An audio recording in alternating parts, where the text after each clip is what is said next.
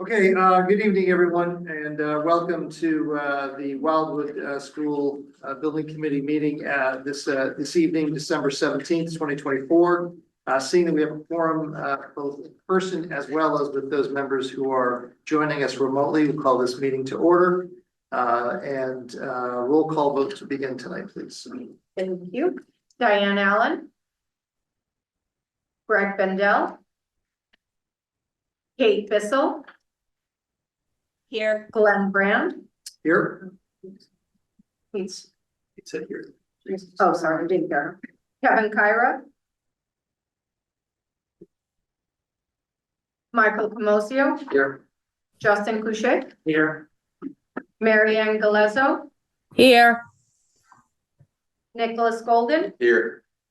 Christine Holleran. Here. John Holloway. Dennis Kelly. Paul Millerani. Here. Craig Minor. Here. Christine Murray. Judy O'Connell. Christine Pendergast. Here. David Ragsdale. Paul Ruggiero. Here. Stacy Scott. Here. Eric Schlegel. Here. Stephen Turner. Here. And myself here. Great, thank you very much. Moving on to item number 2 is the approval of minutes from our December 3rd, 2024 meeting. Looking for a motion to approve this evening. Move to approve, Mr. Chairman. Thank you. Second. And then second, discussion, comments, questions. Okay, with that, thank you. Roll call, please. Kate Bissell. Kate Bissell. Glenn Brand. Yes. Michael Comosio. Yes. Justin Couchet. Yes. Mary Ann Galezzo. I'll abstain. I wasn't at the meeting. Nick Golden. Yes. Christine Holleran. Yes. Paul Millerani. Yes. Craig Minor. Yes. Christine Pendergast. Yes. Paul Ruggiero. Yes. Stacy Scott. Yes. Eric Schlegel. Yes. Stephen Turner. Yes. And yes, for myself, motion carried. Thank you. Item number 3 is approval of invoices, warrants number 19A and warrants number 19B. Sorry, didn't check earlier. Is it Julie? Do I try to, or you? Yes, Yes, it's absence. sure. First, our warrant article we have is 19A for SMMA's OPM basic services in the amount of $3,750. And Paul Ruggiero with the recommendation from the Finance Working Group. Finance Working Group met earlier this evening, and we recommend paying warrant number 19A, SMA, amount of $3,750. Did a roll call? Are we doing them separate? Separate. Separate. Separate. Separate? Okay. Kate Bissell. Yes. Glenn Brand. Yes. Michael Comosio. Yes. Justin Couchet. Yes. Mary Ann Galezzo. Yes. Nick Golden. Yes. Christine Holleran. Yes. Paul Millerani. Yes. Craig Minor. Yes. Christine Pendergast. Yes. Paul Ruggiero. Yes. Stacy Scott. Yes. Eric Schlegel. Yes. Stephen Turner. Yes. And yes, motion carries. Thank you. Next we have. Warrant article 19B, which would be Doran Goodyear services. First up was for their schematic design in the amount of $53,900. Next is their designer amendment 3 for site survey in the amount of $33,412.50. And then finally, designer amendment number 3 for their traffic study in the amount of $7,920 for total warrant article 19B, the amount of $95,232.50. And Paul Ruggiero with the recommendation from the Finance Working Group. Thank you. The Finance Working Group again met earlier this evening, and we recommend a warrant number 19B, going with the amount of $95,232.50. Of that, $53,900 is for basic services, schematic design, $33,412.50 the site survey, and $7,920 for the traffic study. Second. Kate Bissell, Yes. Glenn Brand, Yes. Michael Camosio, Yes. Justin Couche, Yes. Mary Ann Galezo, Yes. Nick Golden, Yes. Christine Holleran, Yes. Paul Malorani, Yes. Craig Minor, Yes. Christine Pendergast. Yes. Paul Ruggiero, Yes. Stacy Scott, Yes. Eric Schlegel, yes, Stephen Turner, Yes. and yes, myself, motion carried. Great, thank you, everyone. Item number 4 tonight is a design update. A number of items that are listed you'll see on the agenda this evening, and that's reflective of the amount of work that has been ongoing with our design team and partners, along with members of this building committee over the last couple of weeks since we've met. So with that, I'll turn over to Ron. Thank you.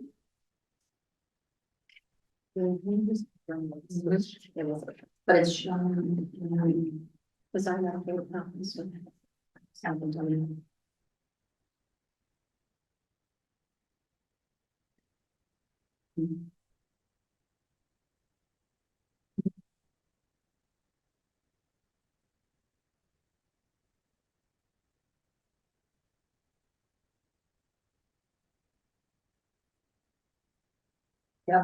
Okay. Sorry about that, folks. We wanted to start off with an update on the user group meetings that we had. We met over 4 times with different user groups, the different categories, if you will, for spaces within the building, and gathered information, shared the plan, obtained feedback from them.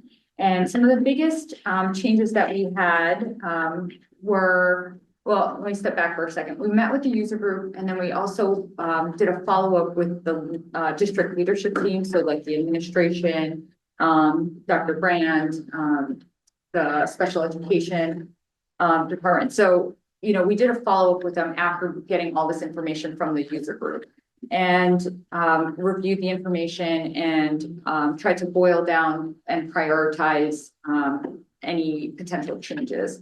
So some of the big pieces of feedback were on the core academic side, the teacher collaboration spaces. We currently, or we initially showed them as having 1 for each grade level for grades K to 5. They actually came back and they wanted us to locate them more centrally so that there could be 2 on each floor. Initially, we only had 1 on the lower level where the pre-K and K were.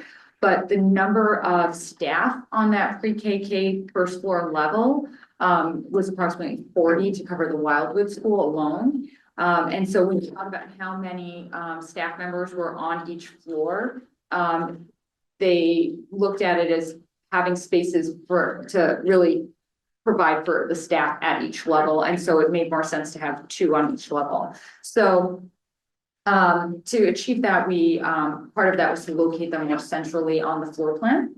That does not have any change in square footage. It's just a matter of location and what worked best for the educational delivery. In the art and music category, you'll see that in the PSR, we had about 4,000 square feet, and now at SD, we've bumped that up to 5,000. There were concerns on the shared flex space that was heard loud and clear as we met with the art and music separately and together. There was concerns about setup, storage needs, because the functions were so different, and trying to figure out what classes were appropriate to place in a flex space. And so you know, initially we thought, is it a scheduling exercise? But the reality of how that space would work, trying to share it between the 2 different specialties was going to be challenging. And so there was a request to add an art room, and then the flex class would be geared towards music. So that art classroom was an additional square footage of a little over 1,000 square feet. So that's the delta that you're seeing between PSR and SD. However, you'll notice in the difference category, it goes to 0. Before we had, if you will, a saving of about 1,000 square feet. And this is one thing that MSBA really asked us to look at. It was in the comments that they sent to us. They said, can you please look at this and make sure that you can live with a flex space and being short in this category. And so, you know, it was why we looked at it so closely. But the feedback from the staff was that we really do need the separate spaces. And so we have included that in the program. So you will see, when you look at the SD column, all the way at the bottom, the numbers are in red, 110,000 square feet, and that bumps up to 165,000 total building square footage. That increase is the increase due to that additional square footage for the art classroom. The other change was for admin and guidance. There was a couple of different scenarios that we looked at, providing more staff by the pre-K entry, you know, and then logistically, how could that work? We did an iteration of that, shared it back with the staff, and once they saw that, and they started to talk through it a little bit more, they didn't think that that was going to be the best use of the space, and instead, the admin assistant, that was going to be placed at the pre-K entry was actually placed back with administration, and the assistant principal that was originally located at the pre-K entry, they asked if that person could actually be moved to the second floor. So now you will have an administrator at each level. Before, at the second level, there was no administrator. And so that distributes, you know, some supervision on each floor, some access to an administrator on each floor.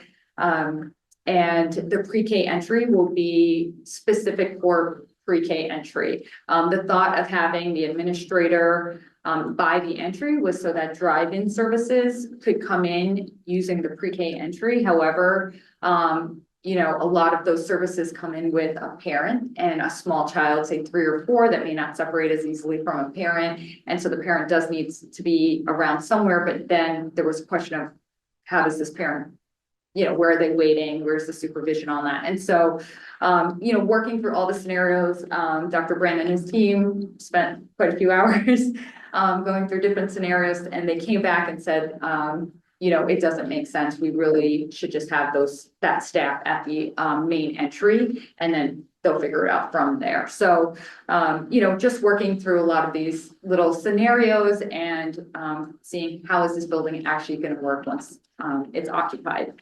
So that admin guidance change, it was a lot of discussion. It was actually no change in square footage, which is great.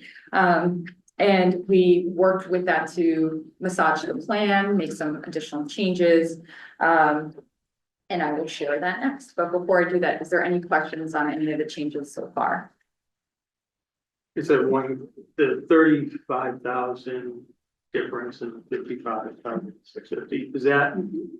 Is a portion of that possibly, well, a portion of that possibly be reimbursable? Yes, it is. A portion of that is definitely reimbursable, and that was part of what we had covered last time.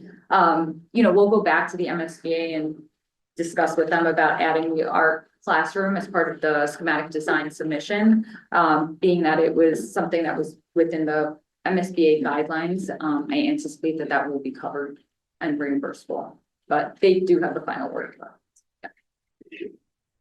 Would any part of the special education, the delta, be reimbursable as well, or you're thinking that the 9,950, that's the delta, not be part of the reimbursement? We're thinking that will all be covered. Yeah. Right, out of that 34,918, about 15,000 square feet that will be covered. Yeah, okay. There's still a couple that are in play that we responded to the MSBA, pushing back a little bit to see if we could get that considered, and we haven't heard back yet.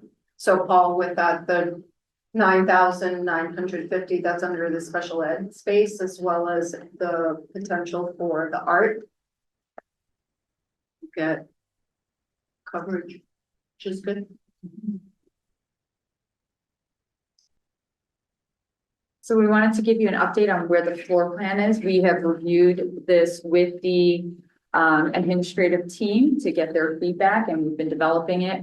There's still changes to come. We've received more feedback from them. But this is how it's a back and forth process as we figure out what works and what doesn't. So in this plan, you are seeing the first floor, administration on the southeast corner of the building.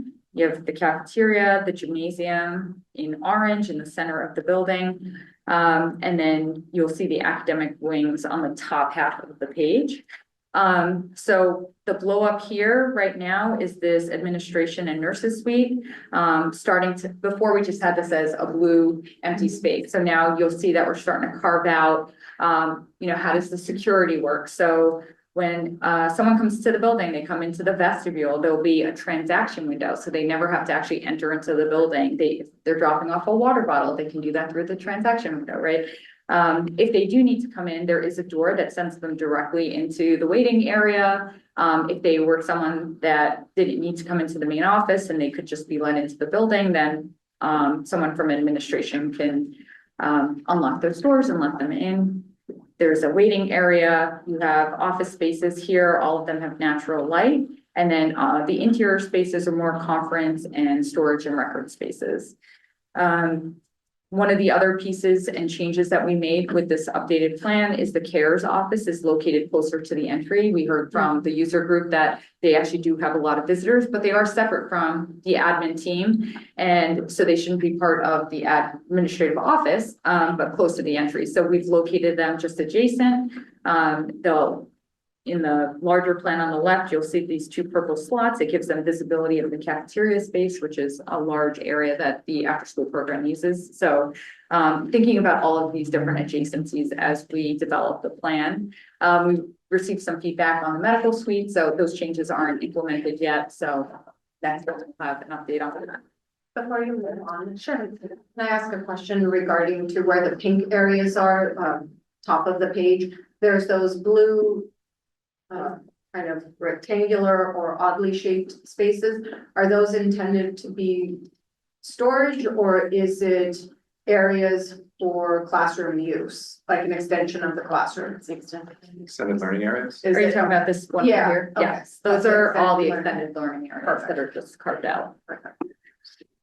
Sorry, Sure. in the packet, there's a slightly different version, and I think it's before you move the assistant principal's desk. So Yes. can you just read off between the entryway above the sure. nurses? Sure. And there's a pink and then a blue. Yes.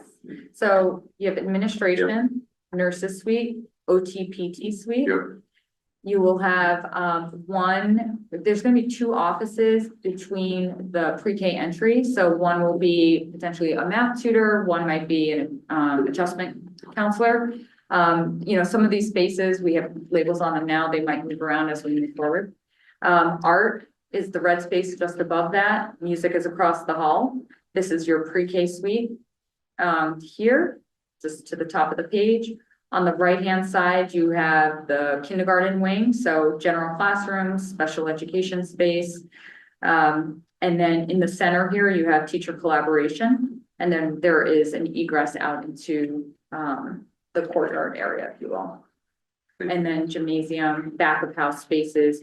Oh, another change that we did do is we did add toilet rooms here closer to the cafeteria. Before, students would have had to go to one of the corners of the academic wing. So we did add additional toilets as part of some of the feedback that we heard. Where's the elevator bank? Sure, the elevator is where my dot is right now. So it's right here. There's one elevator. Dennis will tell you he was very happy about that. It's a lot of maintenance that comes along with an elevator, so, but there's one and it's central in the building. Plus, it's easy from the courtyard, if there's somebody that's coming to the school with a physical need for an elevator, and the rest of the school can be locked down. Presume you already know the answer because you made the change, but with 755, well, 800, including the pre-KK, one elevator, potentially there could be several children on multiple floors, elevator goes down. Is one elevator up to code? I mean, is it enough for code? It is, Yes. okay. Just have to keep it running. And these are slightly updated. These are hot off the presses this morning, and this will happen a lot where we continue working. We try to just give you the most recent update when we get to the meeting. So as discussed, the teacher collaboration spaces moved to the center of the building. So this is where the center spine, if you will, for the building. And as discussed, this is some of the spaces near the pre-K entry. You have the teacher collaboration spaces in the center, and then what happens is when we move the teacher collaboration spaces into the center, we had specialists in that location, and that's why you're seeing them closer to either side. We have intentionally placed them after discussion with the administrative team. They are outside of the classroom wings. That way, if someone from an upper floor or a different wing are coming in, they don't have to actually go into a separate classroom wing to access those services. So any of the ones that are in the center are intended to be serving multiple areas.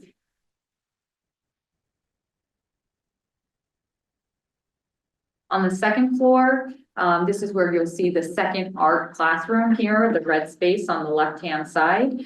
This was intentional to allow for it to have closer proximity to the STEM space, which is right next to the library.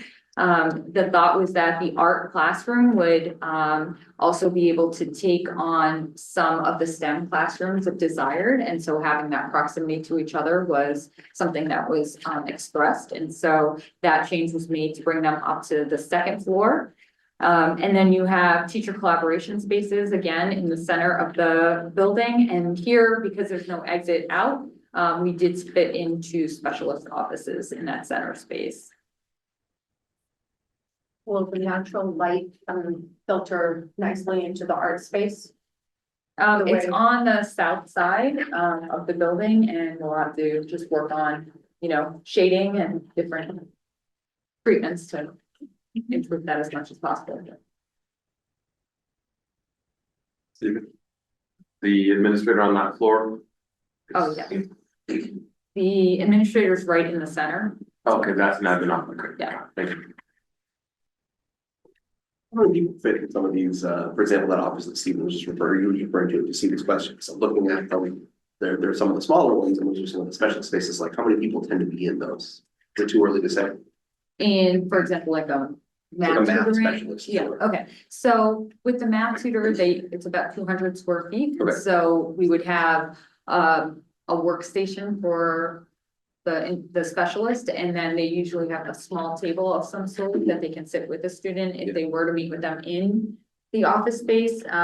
But ideally, they would also be able to go to the student and use either the small group rooms or the extended learning area. Okay, but it's designed for those purposes. Yeah. Thank you. This is the third floor. This had the biggest change for the plan in some ways, in that before there used to be a bump out here similar to the right-hand side of the plan.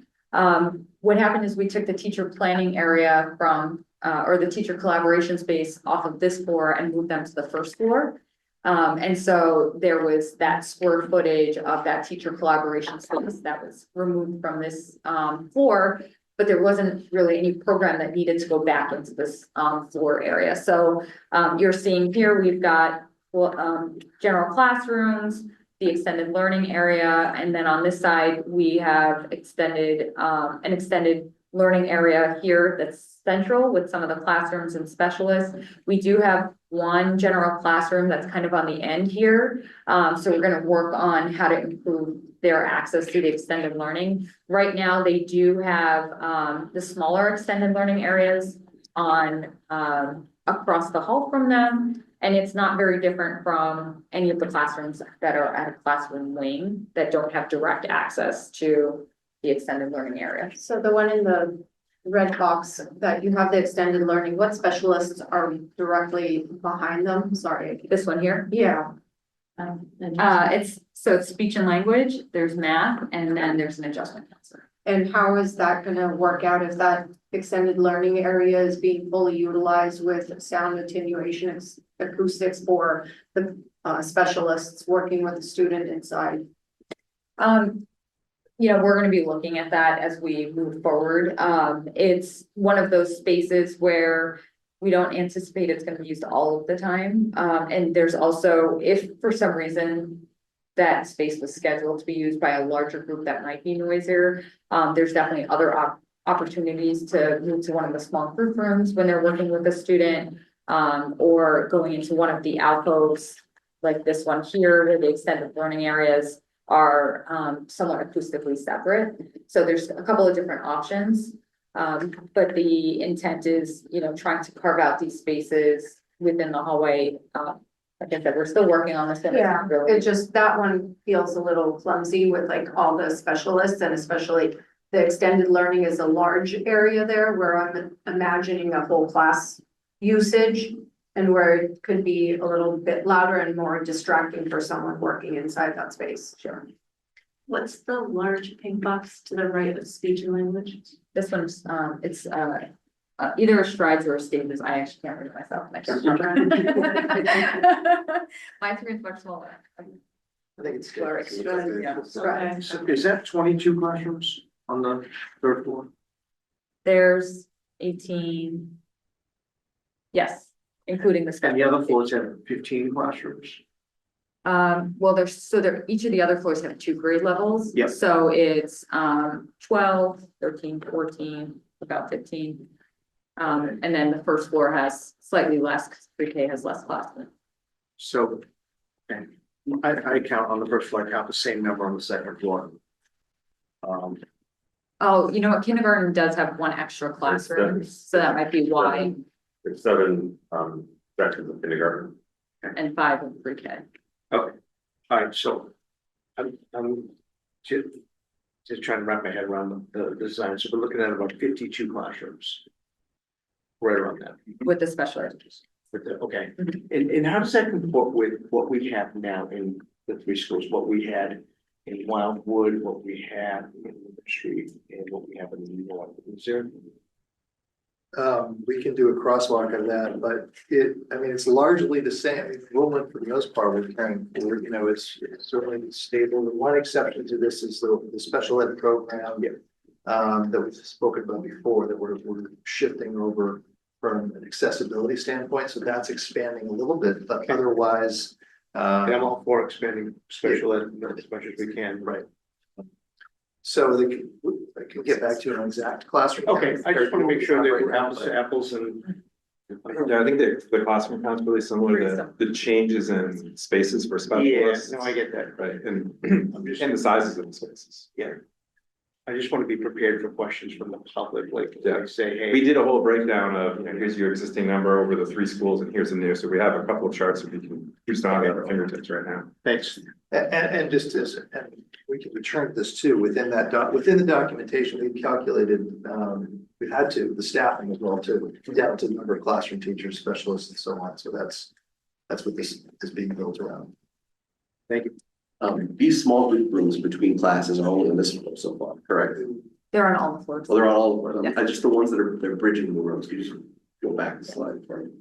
So this is the Oh. second floor, so you'll see, you'll see them, there should be 1 between every 2 classrooms. Occasionally, if there's an odd number of classrooms somewhere, then there ends up being 1 specific to a classroom. But then they always will have a door to the exterior so that it can still be shared. Or when I say exterior, I mean to the corridor. And just to follow up, how does that serve, what purpose is served that is different from the extended learning space with those? They seem somewhat similar in thinking. So in these small group rooms, they're more acoustically separate, but they're also, it's almost like an extension of the classroom, but still has some acoustical separation. So depending on the needs of the student, they can either work in the small group room. It also is easier for teachers to be able to have a group in the small group room and in the classroom where, and it's right there. And it's also a shared space between the 2 classrooms. So depending on, we hear about all the time where a teacher needs to go to the bathroom, and they just need to have the other person look in, just being able to have some flexibility in that sense also. But it just really gives variety to having students have services right where they are and not have to feel like they need to go somewhere else, and being that it becomes part of the classroom and extension of the classroom, similar to the extended learning area. It allows them to really stay with their cohorts throughout the day. And I'm assuming that those areas are fitted with a whiteboard, with a table and desk, chair setup similar to you would set up a classroom. So that way it can be a, pull out, push in scenario. The extended learning areas will be outfitted the same way with a teaching wall space. The biggest difference really is visual and acoustical separation. Right, so if you're doing testing and you need to be right in a private situation, you're right there next to the classroom, right? A support specialist can come in and do that versus being out in the extended learning area where there may be other groups collaborating together on stuff. Thank you.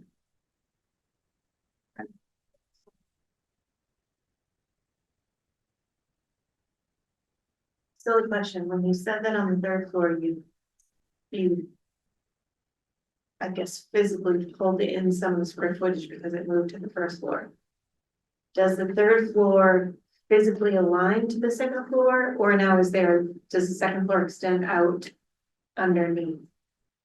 Or it carries the entire wall structure? So, okay, let me go back here to the first floor just real quick to show something.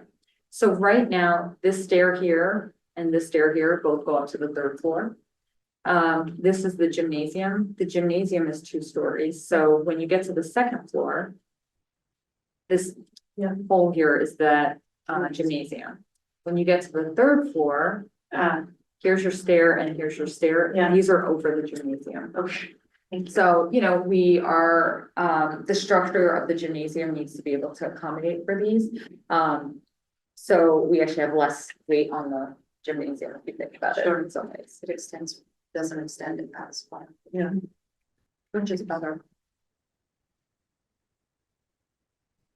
And so we'll be refining these, we're continuously working on them and massaging them, we'll be going back to the administration to get feedback.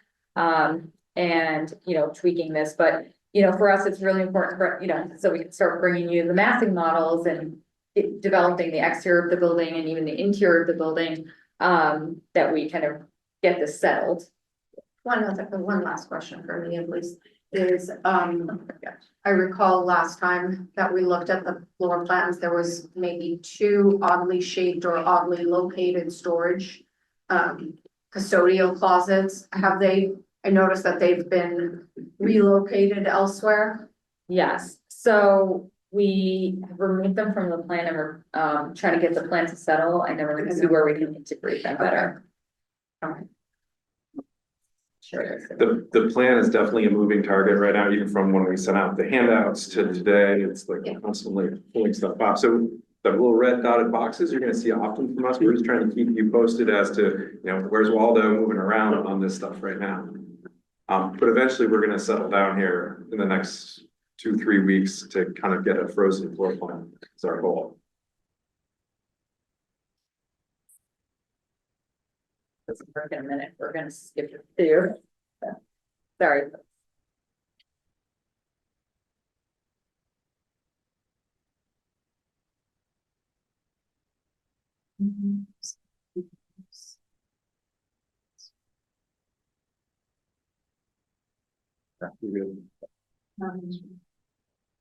He's not plugged in.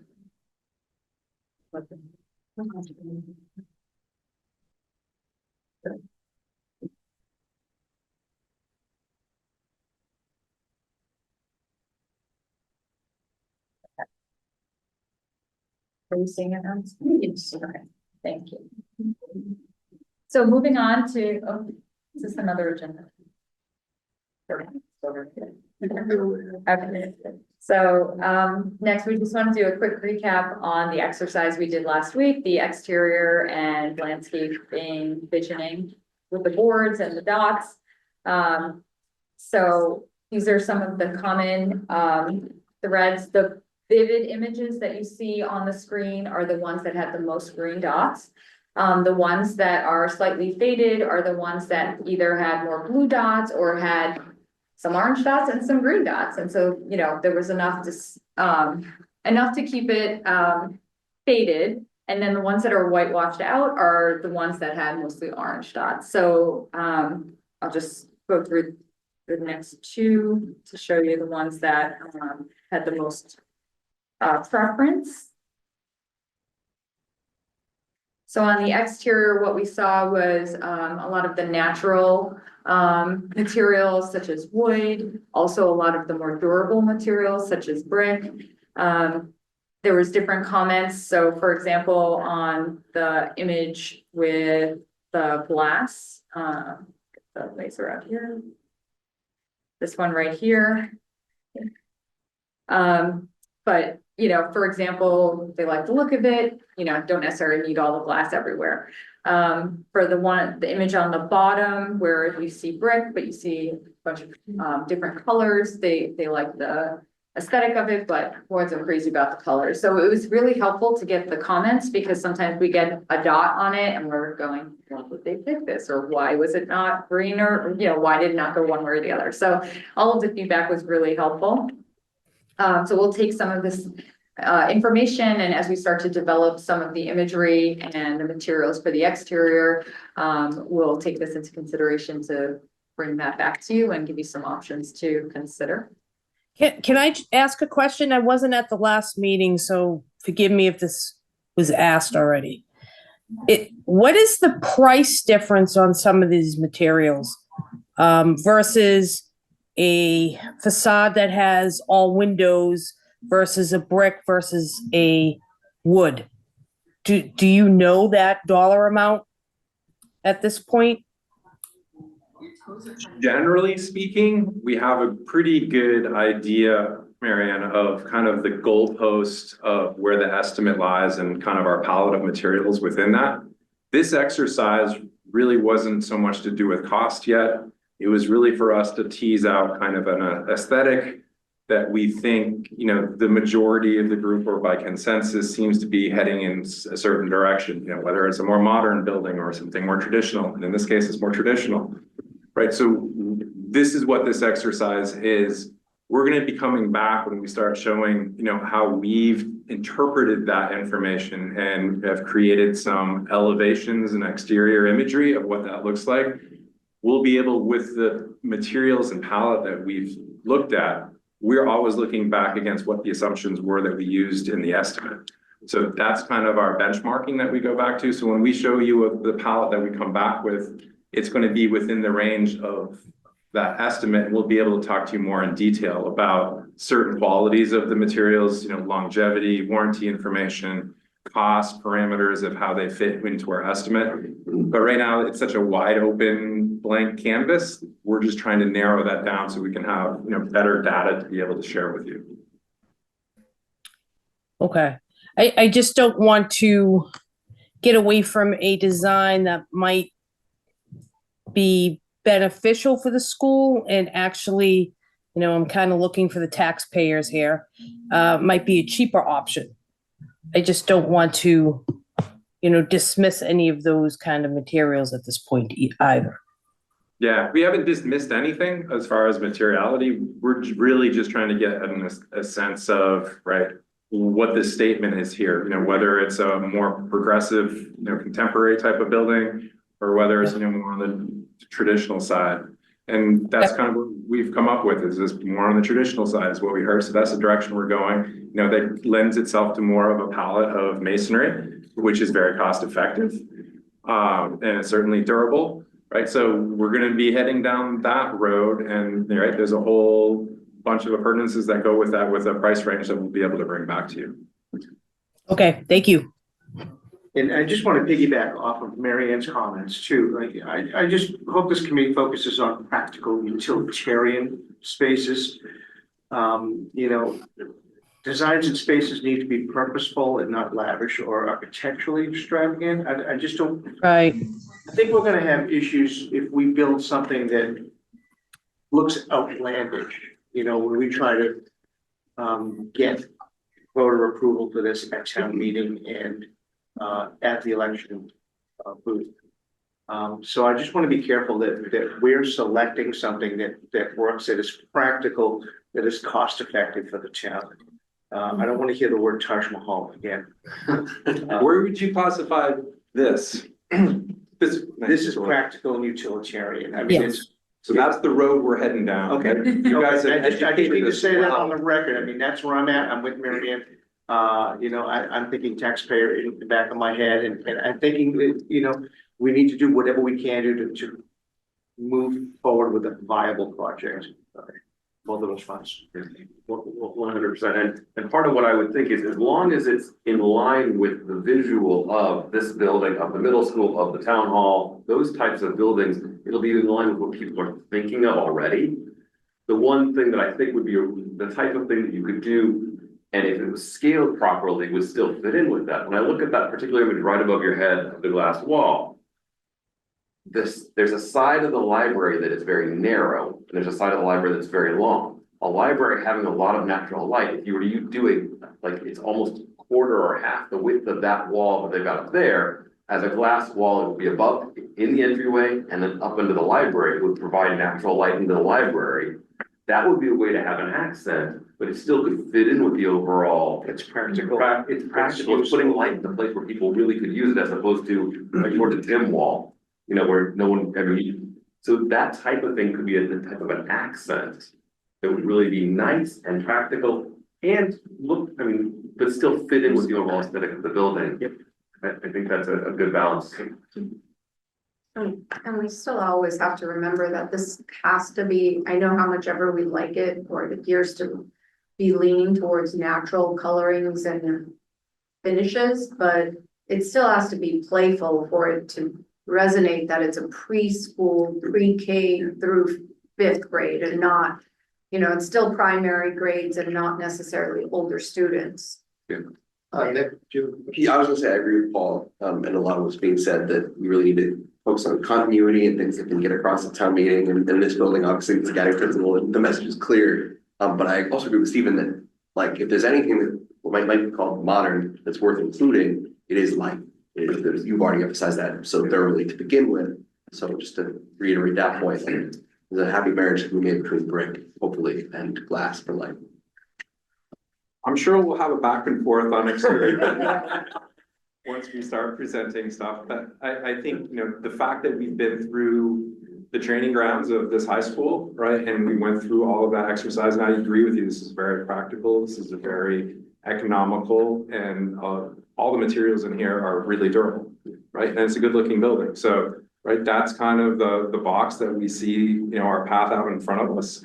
And there are certain things we're gonna try and, dress up a couple of different places, right? Because to your point of playfulness, that is the attitude that we're trying to convey. So we're gonna take a shot at it, right? And it's tough kind of narrowing it in. We're gonna have a couple of different options, but we'll have that dialogue when we get there. Good. Thank you. And speaking of playfulness. We go to landscape. So again, the images that you see, they actually, on the landscape side, you actually did see a lot more color that was selected, accessible play structures, the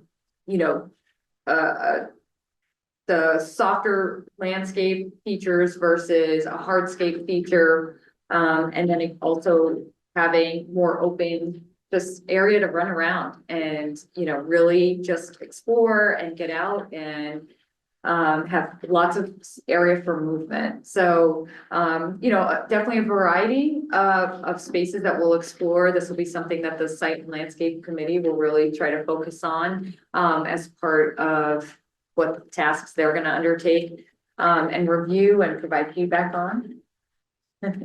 So, and then, the other piece of this too is shading, and I think that sometimes schools would often be designed and, you want to be out in the open, but then you forget about the shading aspect of it. And so we really try hard to incorporate a few elements of shading to help on those really hot sunny days. So. And now you get to move around. So we're going to do. Will canopies be utilized, solar canopies? We'll definitely have some sort of coverage in canopies. We're exploring what those will be, but as far as Meaning instead of the roof, just the roof panels, will we be utilizing it for the sustainability subcommittee? Working group hasn't really fully outlined that yet. We're using some canopies that have panels on them. There's a couple areas that those are utilized, there's in parking lots, right? They put up those parking structures with the panels over, right? And then the other piece where we need canopies potentially is that the plaza entry areas where students are going to be coming in and after school. So there's certainly opportunities to do it there, right? And so we still got a lot of work to do, get into that detail of how that works, what it looks like, what the budget is, but we're gaining on it. So similar to last meeting. We're gonna look at, you have three boards to look at today. We have actually a smaller group, so this actually works out since there's only three, boards. And we're gonna be looking at, what is evoking, some sort of sentiment? Is it, the colors? Is it the material? Does it seem very dramatic? Are the patterns very intricate? Do you prefer something that's more simple? Do you like something that has more natural light coming in? So just, we're gonna take a few minutes. You do have handouts, and on the handouts, the images are numbered. So if you want to write down about a specific image, just reference the number of the image on your handout, and you could write something about that. But otherwise, what we'll do is we have dots, and we also have Post-its, which also work great. So the dots are red and yellow and green this time. So red are, please don't bring this here. Yellow is, we like this, towards the positive light, but it's a maybe. And then you'll have green, which is, we love this, so, or we prefer it. So, we're gonna break up into groups of three. Oh, we did the back. 1, 2, 3. 1, 2, 3. 1, 2, 3. Wow. 4. Nice. One of them will be 4. I would just add, when you're looking at this stuff, really channel your inner child, right? That's the lens we want you to look at this through, right? That you're back in pre-K through 5, right? And looking at this from that height.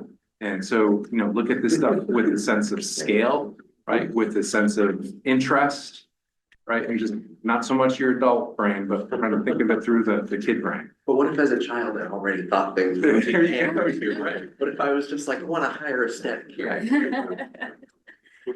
So for those that are attending remotely, we will be sending this out after the meeting, so you'll have an opportunity to provide feedback. But in the interim, we're just gonna take 15 minutes of a pause here, so feel free to get up and stretch. Or take a break, and we'll return back in 15 minutes. So if we could just break out into groups of 3, one group will have 4 people in it, and I'm going to time you. And I'll let you know when 5 minutes are up. And you will have more time to provide feedback if you feel that it wasn't enough time, but sure.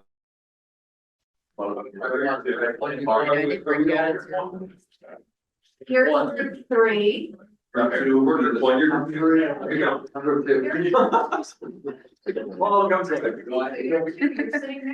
you can, that's. I'm sitting. You can stay there. Yeah, you can stay there. Okay, I prefer you. Okay, 5 minutes of starting.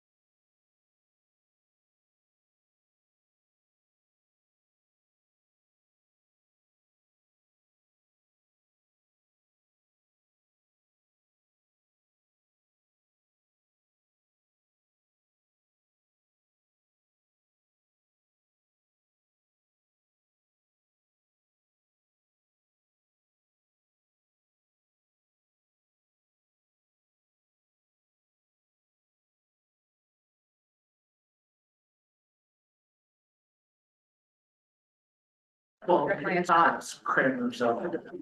It'd be interesting to see what. To go along with it. Sure, it's certainly not. They would love the treehouse. Yeah. Put it across.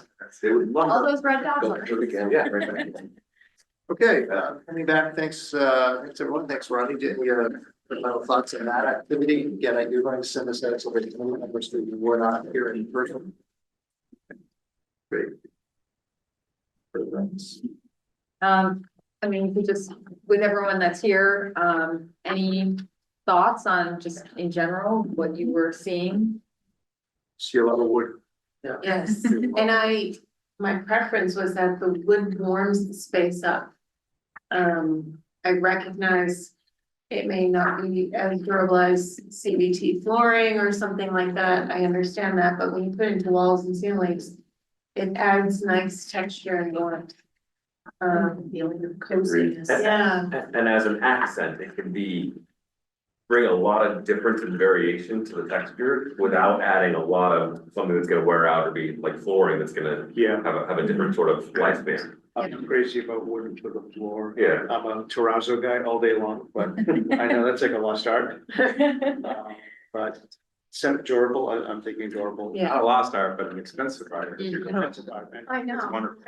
That's an expensive one. As far as colors, I found myself leaning towards the muted colors versus the primary vivid colors. I think I also like the images that had a bigger focus on natural light and natural Yes. color and some wood accents, but with hard angles as opposed to curved with industrial kind of modern aesthetic choices, right? Yeah, I think there's a way to have a happy medium between the two. Our group also found like drawn to certain images specifically for pre-KK. So they can have their own look and feel that's Yeah. separate from the upper grades. Yeah. Like the column I mentioned, that's hidden and looks like a tree. Yeah. One way or the other doing that sort of thing, and maybe pre-KK, and then maybe you have a different aesthetic above them for the older grades. But yeah, I mean, architectural features that you can't get away from, like a post. Yeah, we definitely enjoyed more of those nooks and spaces where kids can kind of sit, read, huddle. Found those to be really nice. And one conversation we had a little bit more in depth than others is the image on that board towards the right where there's the section that's a dining, wooded. That maybe that could, an idea or a concept like that could be used in the cafeteria space for some of the students that have a little bit of more sensory issues, instead of putting them in like a glass enclosure, having them acoustically separated versus like wall separated for too much sound or noise. Sorry, on that exact point, I think that logic makes a lot of sense, but what I don't know, literally as a non-educator of to kids with those sorts of special needs is does that work well enough? Or do they really need more quiet and a door that closes and that sort of stuff? I like the idea of that, but I'm just Yeah. not. If We it like- was, yeah, Yeah, I think we like the fact that the ceiling was a little bit, you could get the acoustics because the ceiling's a little bit lower and creates more of an intimate dining versus here I am on display that I'm kept, I need my own space. Not necessarily exact, but that kind of concept and idea. Yeah, I think we had talked a lot about kind of a differentiated dining experience, so being able to have a mix of different venues in there, so it's kind of, you go by choice on what kind of feels comfortable. To your point, Stephen, about the sensory piece and the quiet areas, typically we have found that it's good to have at least a few of those, because there are certain cases where you try to have and mute everything, sound, visual, but you need a mix of stuff. well, and just as a point back to this high school, I know certain students enjoy they refer to them as the antisocial desks for lunch that are down the hallway towards the gym. Specifically go sit there so they can sit by themselves and do something else Yeah. while they're eating in a quieter spot out of the way. Thank you everyone for that feedback. Yeah, I will say one thing too, when we were designing this school, we had a lot of discussion about the hallways. And the fact that we use block in the hallways because it's durable, maintenance free, it'll last forever. I just, painted surfaces don't make too much sense to me in a hallway. Yeah. Maintenance wise and durability wise. Dennis gets our ear quite often on that. About, picking the right product for, areas of high use. Yep. On that point, I appreciate that when I come in this school and I see stuff hung on the walls, you can hang on tape because they are glossy tiles. I don't know what a fancy word is, but they're glossy tiles, so the tape comes right off and you're not mucking up the We walls. spent a lot of time on the block in Yeah. these hallways. To that point, can you do, in the main hallways, most heavily crowded areas, can you do something like that? But is there a cost difference in some of the blocks selectively, whatever pattern made sense to those who are artistic, were different colors or brighter colors? So it would be like 1 out of every 10 or 20 blocks would pop a little bit more and provide difference. I wouldn't think you'd want this type of 2 tones of gray in an elementary school. Right. You could add, Brighter, but and I don't know what the right volume of bricks and blocks are to make it look like it's more colorful, but still bright and durable and cost effective and all those things for the main halls. I think you want to be on the interiors working group committee. Dr. Glenn Brand, oh, we think. is it not at this point to almost like the middle school, almost like houses? Like for pre-K, the Woburn, I'm thinking like the Neighborhoods. Woburn Street Yeah. kids and then the North kids, 4th and 5th at the top. Is there some thought to that, like theming the different areas of the building? By grade level is really the way the program is set up. So yes, I mean, part of the whole wayfinding experience and that kind of sense of belonging to a Yeah. space and a group. Each of those different floors will have a different aesthetic feel. Because we could do that whole playful thing for pre-K and K, and then as the kids grow up and mature, they can also on their grade levels see the architecture also mature with them until they get to 4th and 5th. Yeah, I mean, it's a great question, and I would say that, I'm sure you can appreciate, and, Ronnie's comments earlier today about some of the adjustments that we're thinking it's, for, the 3 principals and our central office team members, we're maybe a step or 2 ahead of some of you, but this is all becoming, more real and coming alive sort of every week as we think it, but we're still at a high level view. So it took us a little bit of time to figure out what we were toying with around the entry around the pre-K. And as we thought a little bit more about it, that's hence why we came back and said, you know what, we're not so sure about that. So I know we're going to enter more and more of those kind of things at a deeper level over time as we move forward here. Right now, our work and our focus is still at the very, very high level. Sometimes they force us to go a little bit deeper, but we'll get there. And I think that goes to the more of the overall operations of the facility. Sure. We're not there yet, but it's, seeing these kind of images, starting to think a little bit more holistically about it. I I think there's room to incorporate design. For into sure, that too. yeah. Just to check with you, Ron, in terms of the agenda, if I can. So we're gonna move forward with site investigation outcomes and building systems. Is that where we're heading next? And I just want to go back and space summary update, and Julie, for you, we have a vote required on this, but I just want to check on that. It's listed on the agenda. But we can. I don't think we don't need a vote. It was, we put it on there just in case that we needed to. Will we need to vote at a future meeting on that? There's gonna be a meeting coming up, and we don't wanna put you guys through a vote every time we're here and we're moving the deck chairs around. Right. So we're showing you every week these are where we're moving these parts to. When we land, we're gonna get you guys to vote on adopting that plan and that square footage. Right, and that was moving the art classroom from one location to another, so I think we spot on with that one. Okay, so site investigation, is that? Yep. Okay, thanks. Moving on. So we shared some of the reports from our consultants with your agenda packet. Actually, some came right after. So the first one was the traffic study. This I know a lot of people have been asking for, so we wanted to get this to you as soon as we had it. Our consultant, they looked at, traffic during the AM periods and then again at the PM periods. And, I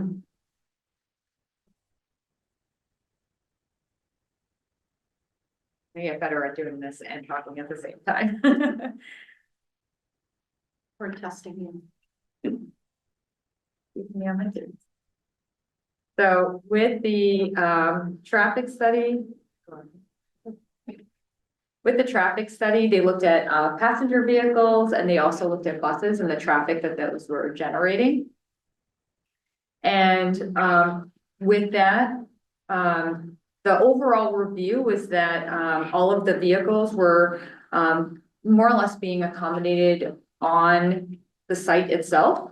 And you know, we have a substantial queuing length on site. Thank you. Queuing length on sites as well as. No.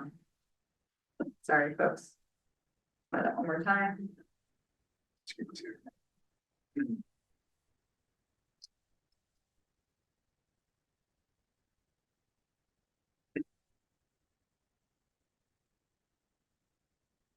No, still. It's based on the.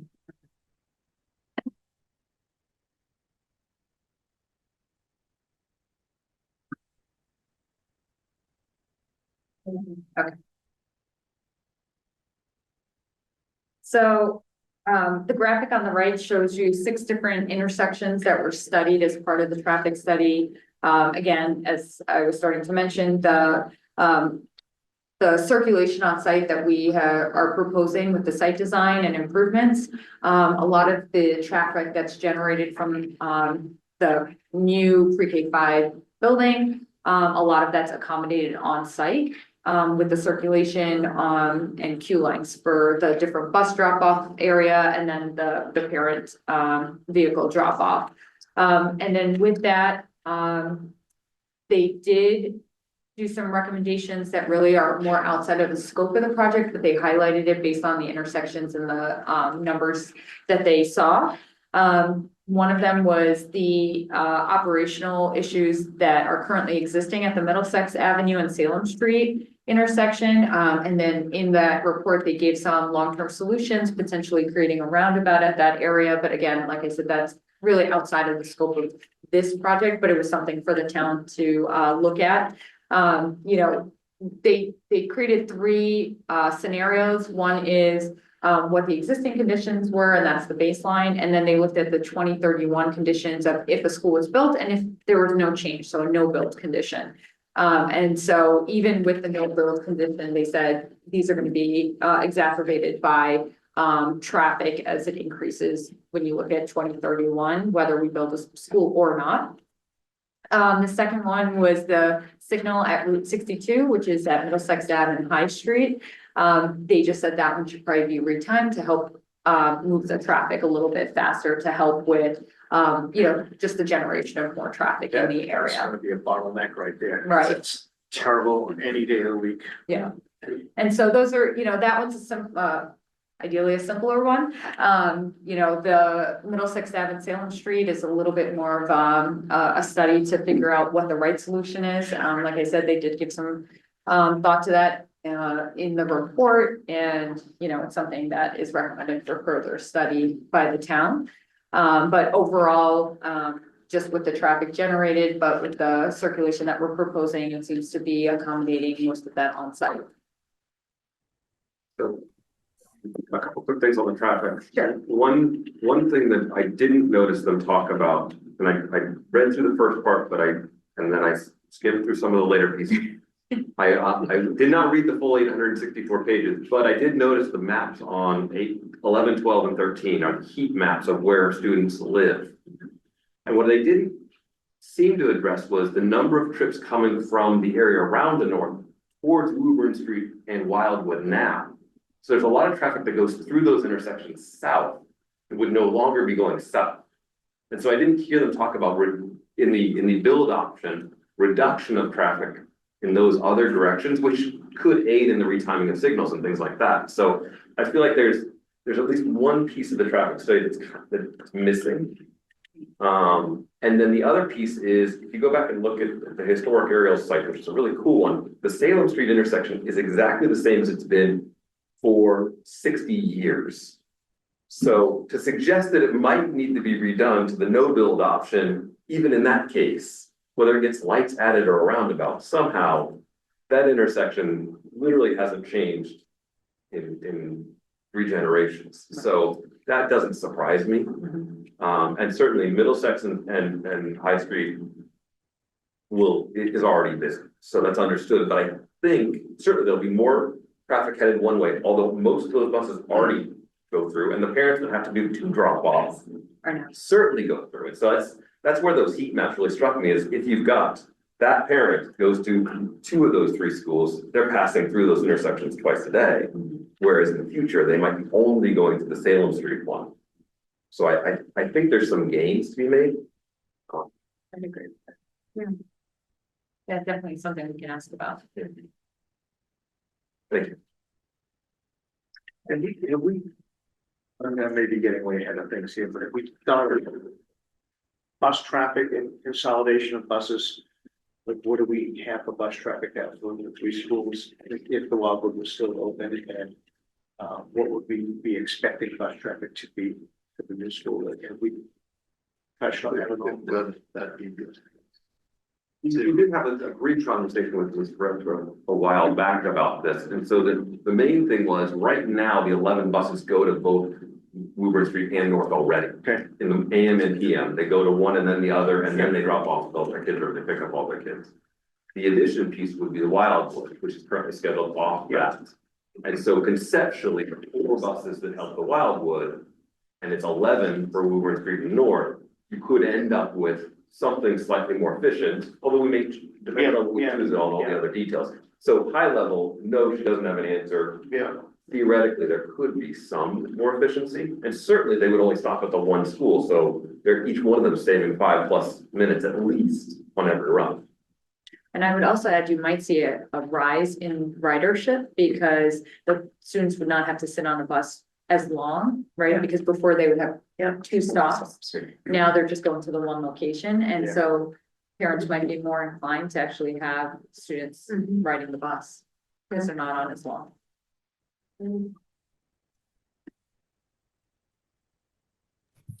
I do think that the takeaway here is, though, that these intersections we're gonna have problems with when the school's built. And I'm gonna spot the town manager. And I know he probably doesn't have the answer, but we've studied a lot of these intersections in the past as a town. Do we know if there's any past traffic studies on these intersections? And I guess, Eric, if you could find that out.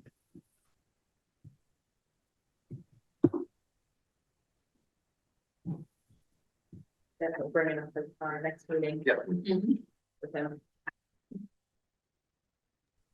Sorry, Marianne, my mic wasn't turning on. Yeah, we can certainly try to find that out. I'm not saying that we've done a lot as a town on a lot of the intersections. I just don't know if there's anything that's laying around for these. Yeah, I mean, I do have some concerns about our ability to, to fund stuff like that, but Yep. because we're probably not going to be able to get state money. Yep. At the present time, but we can certainly look around and see what kind of ability we have to address these intersections. I know they're going to be critical. We do have some time, obviously, so the situation may change by the time a school gets built. But yeah, we can certainly look at it. Okay, thank you.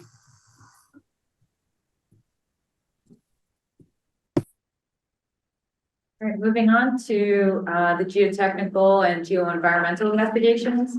So those reports were also shared with the committee, and these are just the locations of the borings and the test bits that were completed by our consultants. And we received their reports. I don't think there was anything alarming in any of the reports. And so those get shared back with our consultants to look at the structural and site needs of the project. And they'll use that information to design the footings, for example, and we'll use it to determine how much structural fill that we're accounting for. And there was a follow-up question, so I'll just answer it now. It's the cost of anything that we receive in these reports, you know, we anticipate a certain amount as we're looking at the previous estimates that we did at PDP and PSR, the previous phases. And, you know, like I said, we haven't seen anything out of the norm. So we account for some of that in the narratives because we didn't have these reports yet. And then we also have contingencies that we've also placed on those estimates as well to help accommodate for, you know, any changes that may increase the cost in one category or another. So as we move through the project, you'll see that the contingency that we had earlier, which was higher, will start to, you know, that percentage will drop as we move further on in the project and we have more detailed information that we're estimating off of. Yeah, get absorbed into the design. And, you know, this whole process is continually refining the design, refining the information that we have to help with the design. So it's a process that we continue to work through, especially in this phase, because we'll be locking in the number at the end of schematic design. Quick question. Reading through the report, it looked like they're going to dig some wells for water monitoring. Do I have that right? Yes, we're gonna do that. We're actually gonna be doing some more geotechnical once a positive vote is approved and the project continues to move forward into next phases. This is just to test our assumptions and the cost estimate. And so we've taken, I don't know if it was like 8 or 9 in certain specific places, but we're gonna go back and take some more. Honestly, I was expecting worse than what I got from the feedback that we received early on about that site. There were a couple of areas noted where they were bringing fill into that site, and there's some organics in there, but nothing that was outside of our assumption range of what we were going to have to remove and replace with structural fill within the foundation footprint. So all that was pretty good news. Yeah. I guess when you guys tested for the water, you know, we were pretty much in a drought. But their recommendation is to do wells to monitor the water table. I didn't go out to the site when we got 3 inches of rain. But I do know that site does flood. So is there any, I mean, I guess you'll do more test pits, right? As time goes on? Or will that be after the positive vote? No, there'll be more test pits and borings done after the positive vote. I think we have enough information we have right now to be comfortable with producing the cost estimate and, you know, forging through this design phase.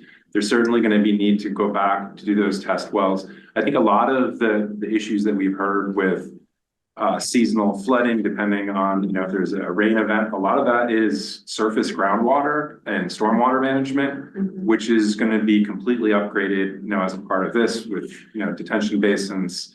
You know, the one thing that was in that report, you know, of note that has a significant cost to it, and they said we don't need to do that, right, is under slab drainage issue, right? Because that's just even with the seasonal values of where that groundwater is, it's in a good place. So we are going to go back there and test that because it is in a dry period. We want to look at that, what it's like in the spring and summer. So we have a little bit better values in different areas of the site, but for all intents and purposes, it looks pretty good right now.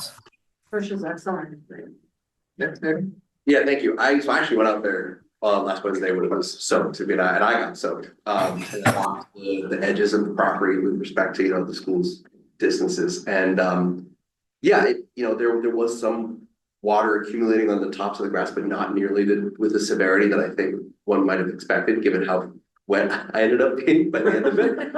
So I was wondering too, on this topic, whether you might be able to describe a little bit for the public watching or watching this later on, kind of what a detention basin is, what the normal steps are for mitigation for groundwater and for flooding issues, for not just for the property itself, but the surrounding properties. That'd be really helpful. The single biggest issue with stormwater management, right, is to be able for any stormwater we're generating on our site is to be able to manage it on our site, right? And so the key is to provide areas for it to retention ponds. We slow down, take the turbidity out and slowly, work its way in. So there's going to be a series of those around the site. And so we're going to be managing that with the topography. So we're sending water, to those areas, all that water that we're collecting off the roof, right, to go that. So the object is for us not to be adding any more stormwater to any of the abutters property, right? We're trying to manage our system better and manage all of our work. And in some cases, because of the grades, we'll be managing stormwater from abutters that, just natural flow groundwater that comes onto our site. So a detention basin is an example of, a retention pond is an example of a detention basin. Correct. Okay. Thank you. And for those who are familiar with it, when they redid the Market Basket Plaza, they put in several detention ponds there. And as a nearby abutter to that, my road used to flood multiple times a year. Since they rebuilt that plaza, it has never once flooded. So the practice of stormwater management is amazingly different from when that was built to when it was rebuilt in 2005 or whatever year that was. But it is. And conversely, it's amazingly horrific if it's not done right. Exactly. Yeah. Yes, absolutely. Especially with on school properties, that if they're not dispersing the water at a flow, it becomes a area of breeding ground for mosquitoes and other lovely animals that we need in our ecosystem. We're going to have a STEM classroom. It'll be perfect. It's a lab. Absolutely. Outdoor STEM lab in a classroom. Just a comment and a kind of a question. I'm glad that you assumed there was going to be some organics in the soil here, because if you don't deal with soil and on a regular basis, it can spiral really quickly. The costs, if you're looking at 20,000 tons of soil excavated here, it's expensive very quickly. I guess my only real question with that is, and I expect I know the answer, there's no way we can store some of this soil that's surplus on site to reuse as fill for the existing school once it's demoed. I assume it's not enough room for that, right?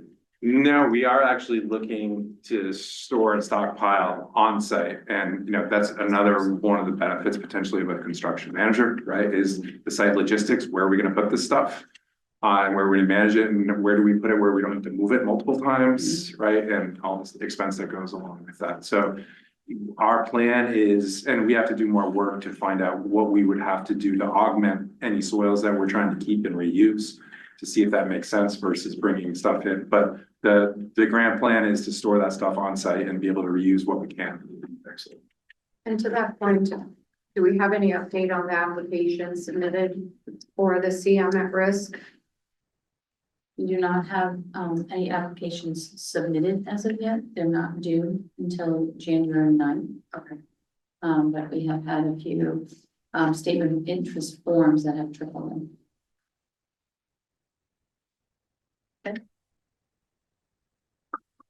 Building systems, we'll just go through this quickly. So during this phase, I know we've been asked this in previous phases about the life cycle cost analysis and what the return is on any systems that we put in. So we're finally here. This is the phase where we'll look at different mechanical systems and assess how they're going to perform over 50 years. We'll look at the utility rates, how much it's going to cost to maintain, how many filters need to get changed out, right? All of those things impact the cost of a system. And compared to the initial construction cost. So that is one of the components of this phase. We are going to have a baseline system, and then the other systems will be compared to that baseline as part of the process. And that should be ready towards the end of January or early February.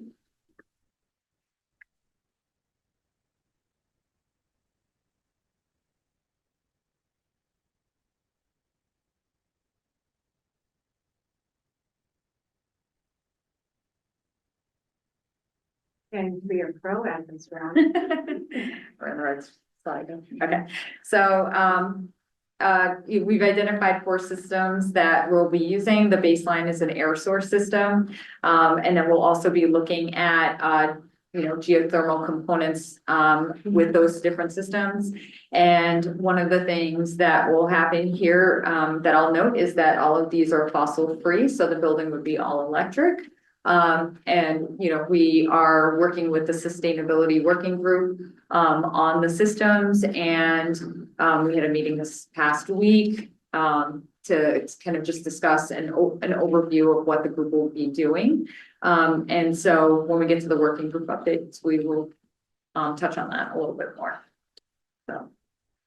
Quickly, sorry. Yeah. At MSBA, I know there was a certain options to receive points towards potential reimbursement rates.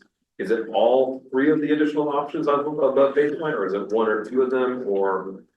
So the intent is that any of the systems that we're going to propose should be able to give you the reimbursement, the additional reimbursement points. Part of the project is that these are any project that we do is going to be LEED silver. So our first point is to make sure that we're complying with what we need to receive LEED silver, since that's really the baseline. And then from there, it's how can we improve the system to get, really there's up to 4 reimbursement points. So anything that we do, we'll look at the ability to impact those reimbursements, and then we'll be able to give you that information back once we have some of this information in hand to evaluate. All right, that brings us to number 5, working group updates. First, public relations working group.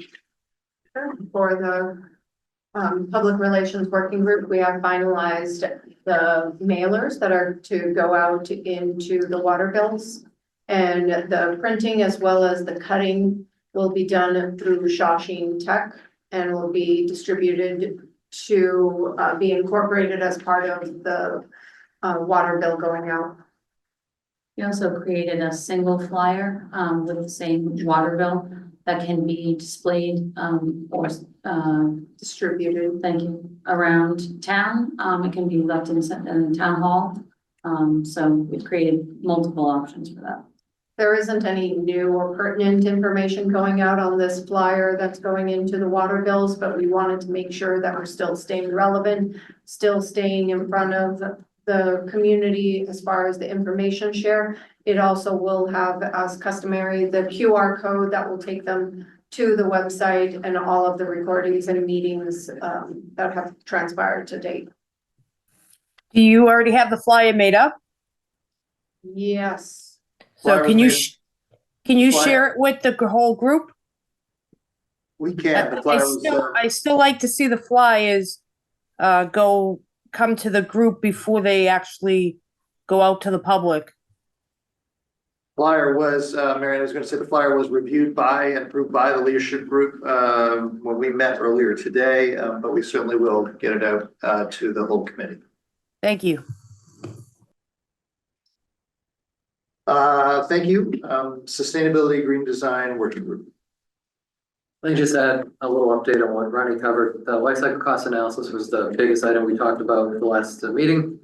We talked about LEED targets and points. I think we're still keeping the LEED silver target. That gets us the requirements we need. If we're able to exceed that, great, but it's not something we will make a focus. Dennis also wanted us to highlight, and we agree that there's a thought that this school summer occupancy will greatly increase.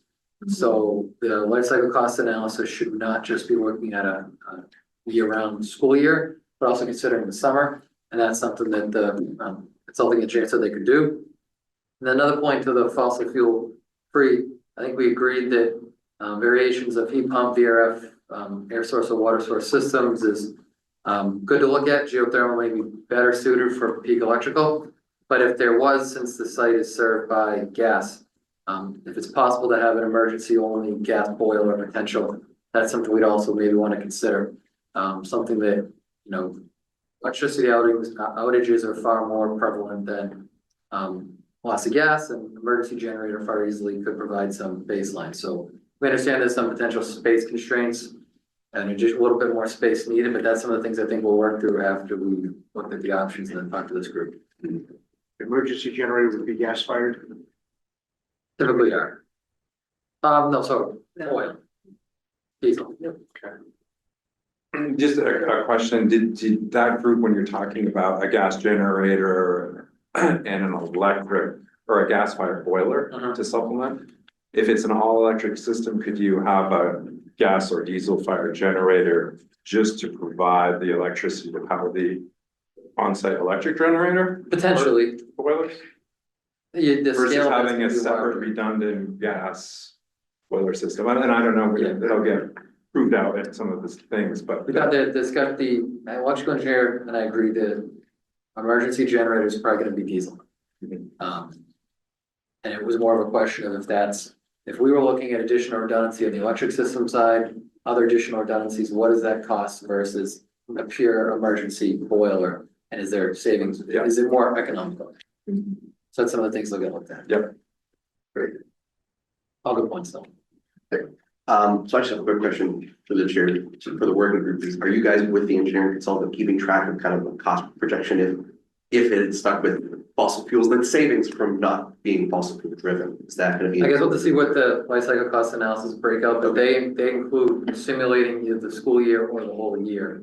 And then based on the energy demand of the building they model, you'll have estimated usage of electricity that could also be converted to fuel. Because it'd be great to go to town meeting and just be able to say the reason why we're completely electrical is not for a luxury, it's because it's cost savings. And we're talking about air conditioning school, right? Air conditioning or displacement ventilation are the options on the table, full AC. Okay. Here, is it Ruby Cares in the summer? Yeah. And I would imagine, you're absolutely right, I would imagine that the summer programs would increase, since especially that 3 schools are going into this one location. It's 3 stories tall. Okay, thank you so much. And lastly, under the working group site and landscape, working group update. So I'll just, this group has not yet met. We have formed, so we have, the 3 principals, we have, a representative from the town on the committee or on a working group, and potentially 2 others that might join as well. So that group will start to meet, in January. So we're just working out a timetable for that. All right, thank you, Ronnie. Number 6 tonight is discussion correspondence, new items, and the item that is listed here as the MSBA Board of Directors meeting recap, which a number of us around the table had a chance to. Yeah, but I don't know if anyone wants to speak to that. I can speak to that. Thanks. So we met last Friday with the MSBA Board of Directors for them to bless our project. They gave a small update to the committee based on our facility assessment subcommittee meeting with the MSBA. Dr. Brand gave a nice shout out to the MSBA, thanking them for allowing us into the program, and Board of Directors approved the project to move forward into schematic design. All right, awesome. Anything else for discussion or correspondence tonight? To the committee? Okay, I'm seeing none. Unless there are any further committee questions this evening. Those in person or at home, Mr. Turner. Any further outreach to the abutters? I told you I was gonna ask every single time. But you have to address it to Lee. We do not have a date certain set for that. We have had several conversations again about the process we were looking to do with the abutters. And meeting with the abutters directly first, and then getting that feedback, reworking our plan and whatever is necessary, and then bringing that back to a potential community forum prior to one of these meetings, so that we can share that with not just the direct abutters, but the community as a whole. So timing wise, we're thinking that sometime mid-3rd week, January-ish. Great. And so we're gonna start, we do have a list of all the direct abutters at this point, and so we're just kind of plotting our way of, when we freeze before the plan, when we get this set, so we can have something to show them and be able to react to. Okay, so that's our target, is kind of mid-3rd week of January. After the holidays. Yeah. But the town, just to echo, the town has worked to identify that list, so that list is already in hand, so thank you. And would there be materials about water management, site management? which would be ready along with the plan. So will we be able to explain what the concept is and what the design is that we're pursuing? Yep. And be able to talk about where all those areas potentially would be on the site. And we'll continue to add detail as this design progresses. Do we know if the direct abutters generally have water issues? Or If is the it? wetlands on the one side of the property, that's a known topic. Okay, good point. Beyond that, I went over to the apartment complex to the north side of the site and actually asked someone in the leasing office if they tend to have water issues from the other side of the wetlands. They mentioned no. I don't think they have basements in that apartment complex, Okay, yeah. so that was not a factor, at least to the north. That brings us to item number 9, which is public comment. There's no one here in the meeting room tonight from the public. Is there anyone online? There's none. There's not. All right, with that, that brings us to note a reminder of our next meeting, which is in the new year, Tuesday, January the 14th. Except it's not 2024, but 2025, so there's a correction on the agenda for that. But with all that said, unless there's anything further, thanks everyone for your time tonight and your engagement in this. And looking for a motion to. So moved. Second, roll call, please. Thank you. That was good. Kate Bissell, Yes. Glenn Brandt, Yes. Michael Gamosio, Yes. Justin Couche, Yes. Mary Ann Galezo, Yes. Nicholas Golden. Yes. Christine Holleran, Yes. Paul Melorani, Yes. Craig Minor. yes. Christine Pendergast. Yes. Paul Ruggiero, Yes. Stacy Scott, Yes. Eric Schlegel, Yes. Stephen Turner. Yes. And myself, yes. Thanks, everyone, and happy holidays. Thanks, Mary.